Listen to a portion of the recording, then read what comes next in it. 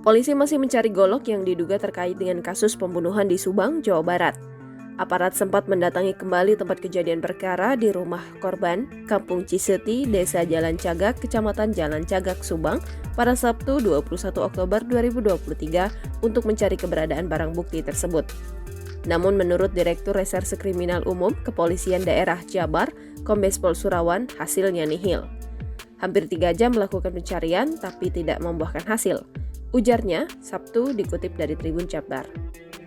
Untuk diketahui, informasi soal golok tersebut muncul dari keterangan salah satu tersangka kasus pembunuhan di Subang, M. Ramdhanu alias Danu. Danu merupakan keponakan Tuti dan sepupu Amalia Mustika Ratu. Nyawa ibu dan anak itu terenggut dalam kasus ini. Setelah menyerahkan diri ke polisi pada beberapa hari lalu, Danu lantas memberikan sejumlah keterangan. Salah satunya, Danu mengaku diajak oleh Yosep Hidayah ke rumah korban.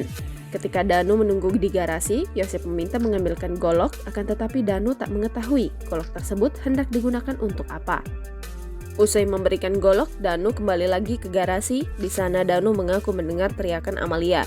Surawan mengatakan polisi belum bisa memastikan apakah golok tersebut dipakai pelaku untuk mengeksekusi kedua korban atau tidak. Kita masih mendalami ini, ucapnya pada Kamis 19 Oktober 2023. Masih berdasarkan keterangan Danu, sewaktu menyerahkan golok kepada Yosep, ia melihat ada pelaku lain di rumah tersebut. Pelaku lain itu adalah Mimin, Arigi Reksa Pratama, dan Abi.